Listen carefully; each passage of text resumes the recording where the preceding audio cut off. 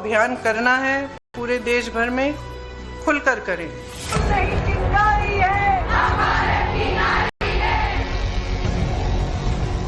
निश्चित रूप से वो नहीं समझेंगे जिनको विरासत में राजनीति मिली है।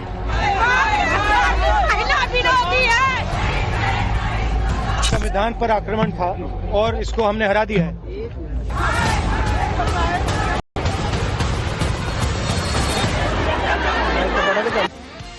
मुद्दा महिलाओं के हक का था।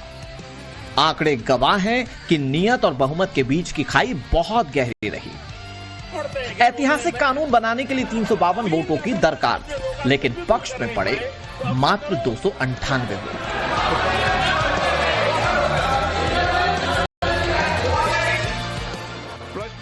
और 2/3 का जादुई आंकड़ा ना छू पाने के चलते नारी शक्ति वंदन बिल ने दम तोड़ दिया। निश्चित तौर पर महिला आरक्षण से जुड़े बिल पर संसद के अंदर नंबर गेम की लड़ाई तो विपक्ष ने बड़े मार्जिन से जीत ली, लेकिन बड़ा सवाल यह है कि नैरेटिव की लड़ाई में अब बाजी कौन मारेगा, क्योंकि नारी शक्ति वंदन की बात अब संसद से निकलकर सड़क तक पहुंच चुकी है। आज भारत का हर नागरिक देख रहा है कि कैसे भारत की नारी शक्ति की उड़ान को रोक दिया गया, उनके सपनों को बेरहमी से कुचल दिया गया। हमारे भरसक प्रयास के बावजूद हम सफल नहीं हो पाए। नारी शक्ति वंदन अधिनियम में संशोधन नहीं हो पाया और मैं इसके लिए सभी माताओं बहनों उनसे मैं क्षमा प्रार्थी हूं। साथियों, हमारे लिए देश हित सर्वोपरि है, लेकिन जब कुछ लोगों के लिए दल हित सब कुछ हो जाता है, दल हित देश हित से बड़ा हो जाता है, तो नारी शक्ति को, देश हित को इसका खामियाजा उठाना पड़ता है। इस बार भी यही हुआ है। लोकतंत्र के सबसे बड़े मंदिर में आधी आबादी को उनका हक दिलाने के लिए हुंकार भरी गई, लेकिन अंजाम वही हुआ जिसकी आशंका थी। लोकसभा में आंकड़ों की बाजीगरी चली और महिला आरक्षण के ऐतिहासिक सफर पर फिलहाल ब्रेक लग गया। सवाल यह है कि अब इसके आगे क्या होगा? बिल का गिरना बीजेपी के लिए फायदेमंद होगा? क्या महिला आरक्षण बिल का विरोध करके विपक्ष ने सेल्फ गोल तो नहीं कर दिया? हमने अगर उत्साह मनाया है कि हमने लोकतंत्र बचाया है, क्योंकि इनका जो षड्यंत्र था वो एकदम अलग था। उसका मैंने स्पष्ट अपने भाषण में बोला है कि इनकी क्या योजना थी। तो हमने डिलिमिटेशन पे इनकी जो साजिश थी उसको डिफीट किया। पिछले 12 सालों में ऐसा पहली बार हुआ जब मोदी सरकार का कोई बिल वोटिंग के बाद संसद में गिर गया। लोकसभा में महिला आरक्षण बिल फेल हो गया, जिसके बाद से ही उत्साहित विपक्ष इसे सरकार की हार बता रहा है। लेकिन मोदी सरकार इस हार को मौके में बदलने के लिए तैयार है। तभी तो प्रधानमंत्री नरेंद्र मोदी ने शनिवार की सुबह कैबिनेट मीटिंग में कहा कि महिला आरक्षण बिल का समर्थन ना करके विपक्ष ने गलती की है और अब उसे भुगतना पड़ेगा। विपक्ष ने देश की महिलाओं को हराया है। विपक्ष को महिलाओं को जवाब देना पड़ेगा। विपक्ष की महिला विरोधी सोच को जन जन तक, गांव-गांव तक ले जाएंगे। कैबिनेट मीटिंग के बाद खबर आई कि पीएम नरेंद्र मोदी रात 8:30 बजे राष्ट्र को संबोधित करेंगे। और जब रात को 8:30 बजे पीएम नरेंद्र मोदी टीवी पर आए तो उन्होंने क्या कहा, अब ये भी सुनिए। कल देश की करोड़ों महिलाओं की नजर संसद पर थी। देश की नारी शक्ति देख रही थी। मुझे भी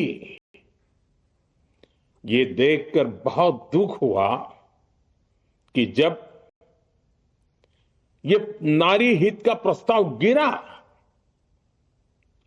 तो कांग्रेस, डीएमके, टीएमसी, सपा जैसी परिवारवादी पार्टियां खुशी से तालियां बजा रही थी।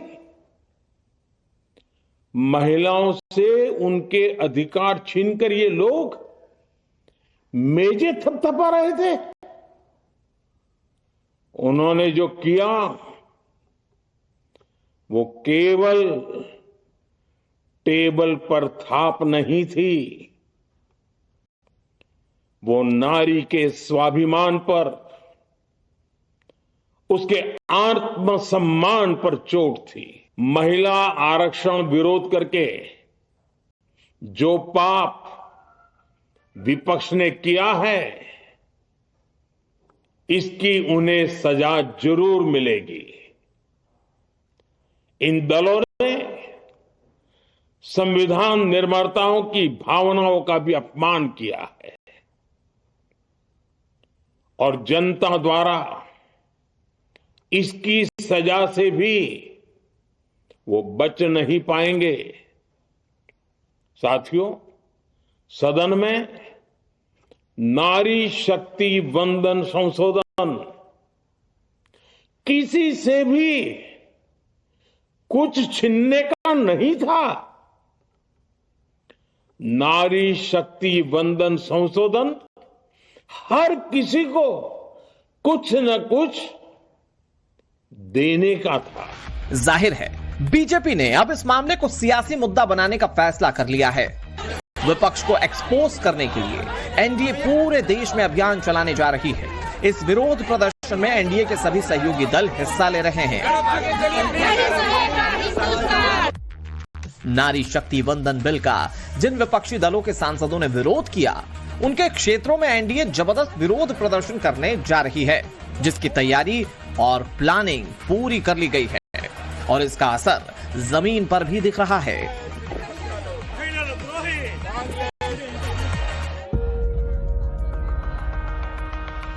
दिल्ली, लखनऊ से लेकर सिक्किम तक प्रदर्शन हो रहे हैं। ये तस्वीरें लखनऊ की है, जहां एनडीए के नेताओं ने विपक्ष के खिलाफ जोरदार प्रोटेस्ट किया। हाथों में बैनर, पोस्टर लेकर सड़क पर उतरे कार्यकर्ताओं ने खूब नारेबाजी की।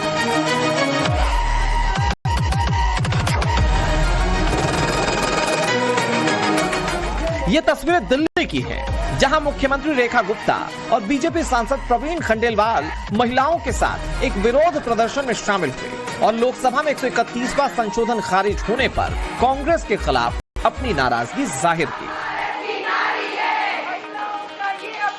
मैं प्रधानमंत्री जी को सर्वप्रथम उनका धन्यवाद देते हुए और विपक्ष की इस गंदी मानसिकता को सबके सामने प्रदर्शित करने के लिए बार बार धन्यवाद देती हूँ कि उन्होंने साफ साफ ये उजागर कर दिया कि ये विपक्षी हमेशा से महिला अधिकारों के लिए नहीं, महिला विरोधी ही रहे हैं। पार्टी का स्टैंड यही है कि जो संशोधन चाह रहे हैं संविधान में, इसके हम पक्ष में नहीं हैं, क्योंकि कहीं ना कहीं डिलिमिटेशन का सहारा लेकर ये लोग जो पूरी प्रक्रिया है उसको अपने सशक्तिकरण के लिए इस्तेमाल करना चाहते हैं। विपक्ष ने जो है हर हद पार कर दी है अन्याय की, और मैं कहूँगी कि कहीं ना कहीं महिलाओं से घृणा की उन्होंने हर हद पार कर दी है।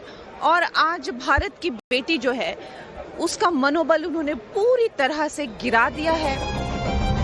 इस मुद्दे पर राजनीति पूरी तरह से गरमाई हुई है। सदन के भीतर वोटों का गणित क्या बिगड़ा, बाहर सियासी आरोपों की झड़ी लग गई। एक तरफ बीजेपी इसे विपक्ष की महिला विरोधी मानसिकता बता रही है, दूसरी तरफ इंडिया गठबंधन इसे महिलाओं को ढाल बनाकर सत्ता हथियाने का हथकंडा बता रहा है।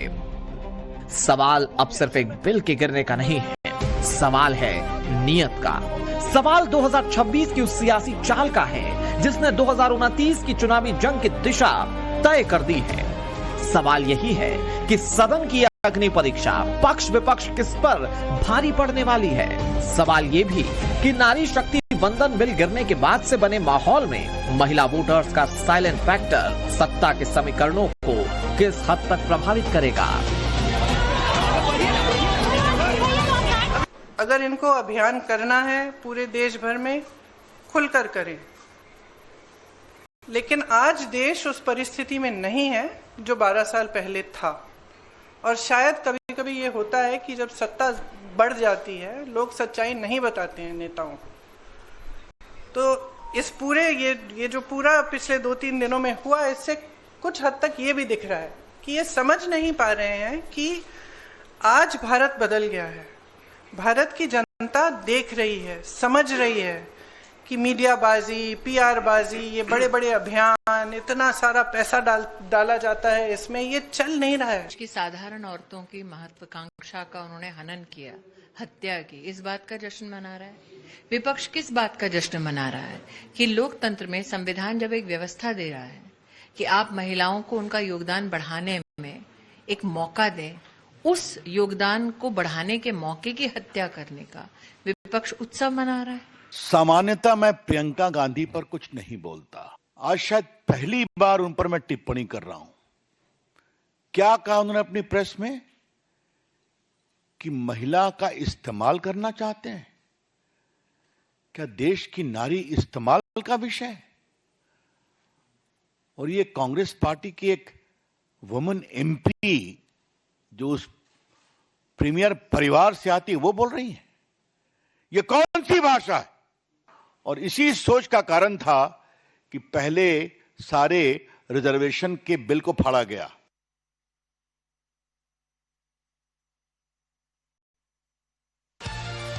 इस बिल पर विपक्ष के अपने आरोप हैं। इंडिया गठबंधन का दावा है कि बिल के साथ परिसीमन का दाव असल में बीजेपी को लंबे समय तक सत्ता में रखने का ब्लूप्रिंट था, जिसे राहुल गांधी ने समय रहते भांप लिया।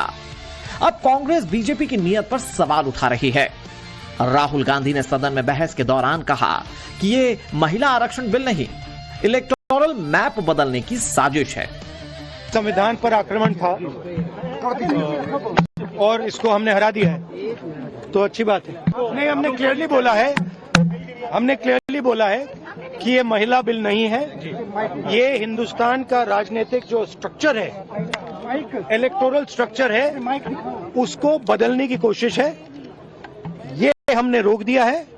और मैं अभी कह रहा हूं, प्रधानमंत्री से कह रहा हूं, अगर आप महिला बिल चाहते हैं 2023 का महिला बिल निकालिए, उसका इम्प्लीमेंटेशन आज से करिए और पूरा का पूरा ऑपोजिशन 100% आपको समर्थन देगा और महिला बिल हम इमीडिएट इम्प्लीमेंटेशन करा देंगे।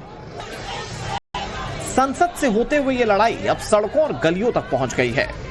बीजेपी की महिला विंग पूरे देश में हकमारी के खिलाफ प्रदर्शन कर रही है।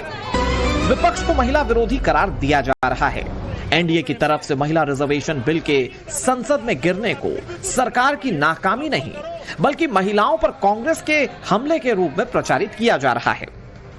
वैसे बिल के गिरने के दूसरे पहलू बीजेपी के लिए फायदेमंद भी साबित हो सकते हैं, क्योंकि इस वक्त पार्टी की नजरें बंगाल पर टिकी हैं, जहां बीजेपी महिलाओं की हकमारी का मुद्दा उठाकर दीदी पर प्रहार करेगी और ममता के गढ़ में महिला वोटर्स को साधने की कोशिश की जाएगी।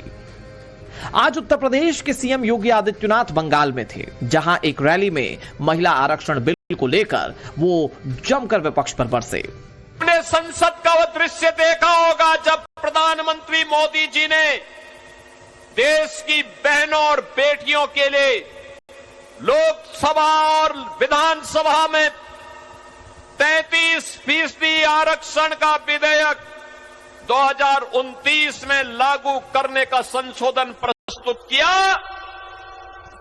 कांग्रेस, वामपंथ और टीएमसी ने उसको पास नहीं होने दिया। बहनों और भाइयों, ये वही लोग हैं, याद करिए, ये लोग आधी आबादी को उसका हक नहीं देना चाहते, लेकिन घुसपैठियों की पैरोकारी करते हैं। घुसपैठ सवाल यह है कि महिला रिजर्वेशन और डिलिमिटेशन से जुड़े बिल का गिरना बीजेपी सरकार के लिए झटका है या फिर मास्टर स्ट्रोक। सदन की वो चेतावनी याद कीजिए जब प्रधानमंत्री नरेंद्र मोदी ने साफ लहजे में कहा था, अगर आधी आबादी को इंसाफ नहीं मिला तो महिलाएं विपक्ष को कभी माफ नहीं करेंगी। प्रधानमंत्री का यह बयान सिर्फ शब्द नहीं थे, एक बड़ा राजनीतिक मास्टर स्ट्रोक था, क्योंकि महिला आरक्षण पर क्रेडिट की थाली विपक्ष की ओर सरका दी गई थी, जबकि बीजेपी को यह बात अच्छी तरह से पता थी कि इस बिल को पास कराना उनके लिए किसी अग्नि परीक्षा से कम नहीं है।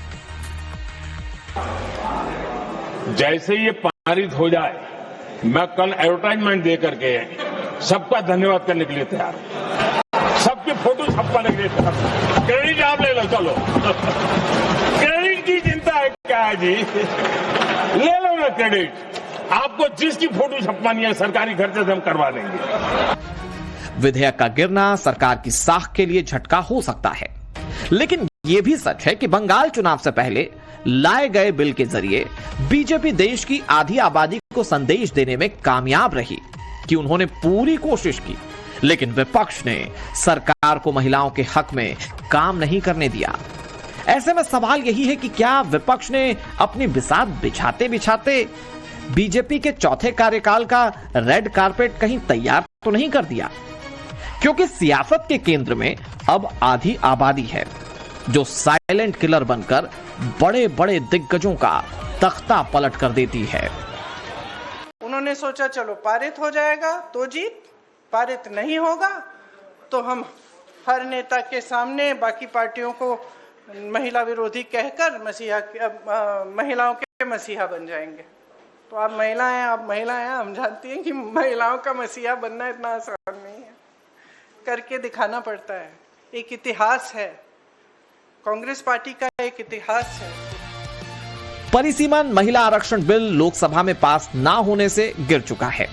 आगे की लड़ाई इससे होने वाली सियासी नफे नुकसान की है, जिसके लिए सत्ता पक्ष और विपक्ष दोनों ने पूरा जोर लगा दिया। देश की आधी आबादी को उसका हक कब मिलेगा, 2029 में या 2034 में, यह कोई नहीं जानता, लेकिन देखना ही होगा कि महिला आरक्षण का यह दाव आने वाले चुनावों में किसकी नैया पार लगाता है। ब्यूरो रिपोर्ट, टाइम्स नाउ, नव भारत।